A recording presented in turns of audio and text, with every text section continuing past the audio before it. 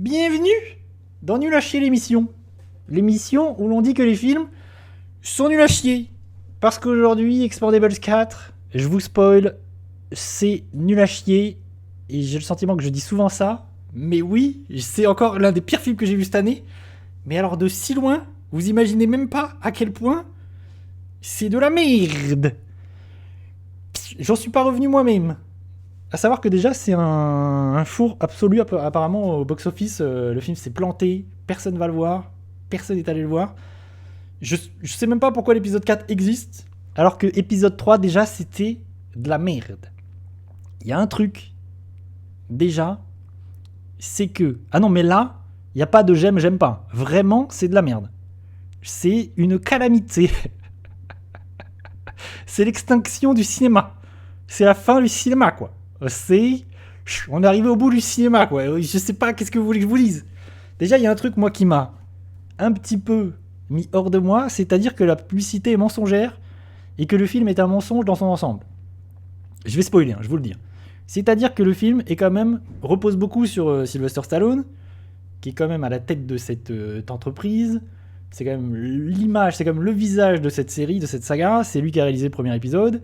Et l'idée, c'était de ramener à la base tous ces acteurs badass, tous ces action stars de l'époque 80-90, des années 80-90, avec Schwarzy, avec Bruce Willis, j'en passais des meilleurs, des Chuck Norris, des acteurs qui sont dans le premier, dans le 2, dans le 3, des Van Damme.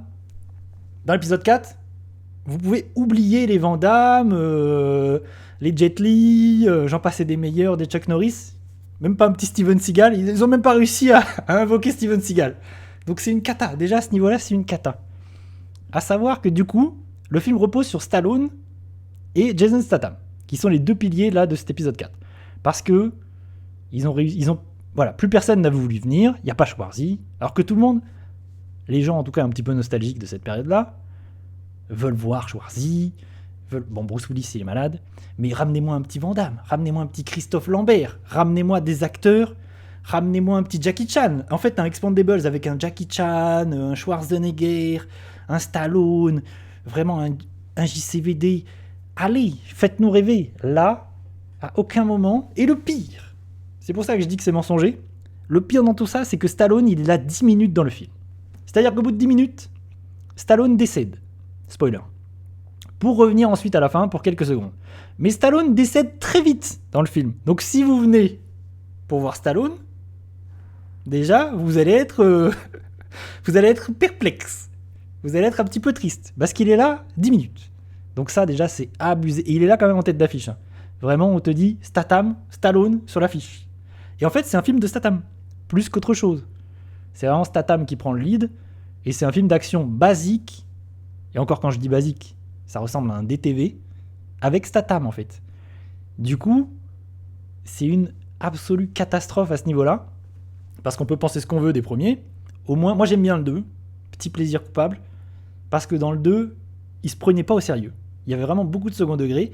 Et ils étaient arrivés à ramener Chuck Norris, à ramener JCVD. Enfin, il y avait plein de... Il y avait Schwarzenegger. Même s'ils sont pas là longtemps, il y a plein de caméos, il y a plein d'acteurs comme ça qui reviennent. Et t'es content de les voir. Et le film était rigolo. Le film était une vraie comédie. Là, c'est juste un film d'action nul à chier. Vraiment, un DTV, franchement, un DTV de Steven Seagal, c'est mieux. Parce que les effets spéciaux, c'est une calamité. Les fonds verts, c'est une calamité. J'ai rarement vu ça, franchement. Je sais pas où est passé le budget. Je crois que le budget est de 100 millions. Le budget est de 100 millions. Je crois l'avoir noté. Je dis peut-être des bêtises. J'ai noté quoi? Bam, je vous le dis. 100 millions de budget. Ce qui est énorme. C'est quand même fou. Et je rappelle que dans le premier, il y avait Jet Li, Terry Crews, Bruce Willis, Mickey Rourke, Schwarzenegger. Là, il n'y a plus personne. Par contre, ils ont réussi à ramener des gens comme Tony Jaa et le mec de The Raid, Iko Uwais. Donc là, c'est les deux petits nouveaux. Et moi, je suis content parce que Tony Jaa, c'est Hong Bak. Et Iko Uwais, c'est The Raid. C'est des acteurs, en fait, c'est des artistes martiaux. C'est des acteurs qui sont capables de faire des choses, des cascades, de faire des combats, des chorégraphies de ouf. Donc je me dis, putain, super. Il y a Tony Jaa, Ça fait plaisir, j'étais content de le voir. Bon, déjà, ils sont là pas très longtemps. Mais le problème, c'est qu'ils sont jamais mis en valeur. Vraiment, c'est tellement mal filmé, c'est tellement mal chorégraphié que c'est horrible. Le montage, il est surcuté tout le temps. Du coup, ils peuvent rien faire en fait. À quoi bon ramener Tony Jaa et le mec de The Raid pour faire ça? Franchement, ça donne. Tu te dis, mais c'est horrible. Aujourd'hui, si vous voulez regarder une saga d'action avec des acteurs comme ça qui reviennent, il faut regarder John Wick. En fait, aujourd'hui, si vous voulez regarder Expandable, John Wick arrive aujourd'hui à ramener des acteurs d'action comme Mark Dacascos et Donnie Yen, par exemple, qui arrivent dans la saga John Wick. Là, oui, parce que c'est une saga d'action qui, justement, est là pour mettre en valeur ces acteurs-là, pour mettre en valeur ces mecs-là. Et quand tu vois Donnie Yen dans John Wick, c'est extraordinaire. Mark Dacascos, pareil. Et là, Expandables arrive pas du tout à faire ça. Au contraire, c'est une calamité au niveau des chorégraphies. Et en plus, le problème, c'est que tu mets Jason Statham face à Iko Uwais, et bah ça fonctionne pas. Parce que Statham, il est pas capable de tenir la dragée haute à un mec qui fait des arts martiaux à ce niveau-là. Donc, c'est problématique. C'est d'une tristesse absolue. Autre petit point négatif, c'est que le film. Alors ça, vraiment, je pense que c'est le film de l'année le plus beauf. C'est le film le plus beauf de l'année. Vraiment, c'est d'une bêtise. C'est d'une beauferie. C'est hallucinant. Le film est misogyne. Alors, il y a très peu de persos. Il y a 2 persos féminins. Il y a Megan Fox, qui est déjà une très très très mauvaise actrice. Elle est nulle dans le film. Elle est mauvaise. Ça va très très loin. Mais en plus de ça, son personnage, la façon dont est caractérisé son personnage, c'est hallucinant de la première scène. La première fois que tu la vois dans le film, elle est représentée comme la relou. La personnage, enfin la femme, le personnage féminin relou, qui, c'est quoi le mot? J'ai pas le mot qui me revient. Bref, la façon dont se représentaient les femmes dans le film, c'est une cata. Il y a un deuxième personnage féminin, mais qui sert à que dalle. Déjà Megan Fox, elle sert pas à grand chose et vraiment elle est très très très mauvaise actrice, donc c'est une calamité. Je ne sais pas quoi dire de plus, tellement il n'y a rien qui va dans le film, hein. Vraiment, parce que ça aurait pu être un film d'action rigolo, sympathique, mais même pas parce qu'en fait il y a deux décors dans le film.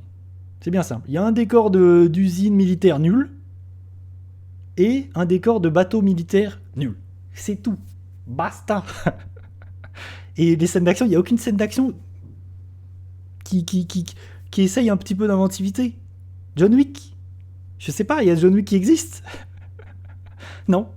Il n'y a pas une idée, il n'y a pas une idée d'action, il n'y a pas une scène d'action rigolote. Ah non, Fox, c'est pour Megan Fox. Ça, c'est quand même terrible. C'est pour Megan Fox.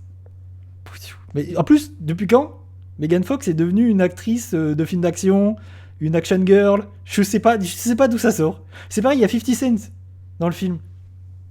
Qu'est-ce qu'il fout là, 50 Cent? Il est nul en plus. Il est nul. Je sais pas ce que fait 50 Cent. Ça, c'est peut-être le pote de Stallone. C'est terrible.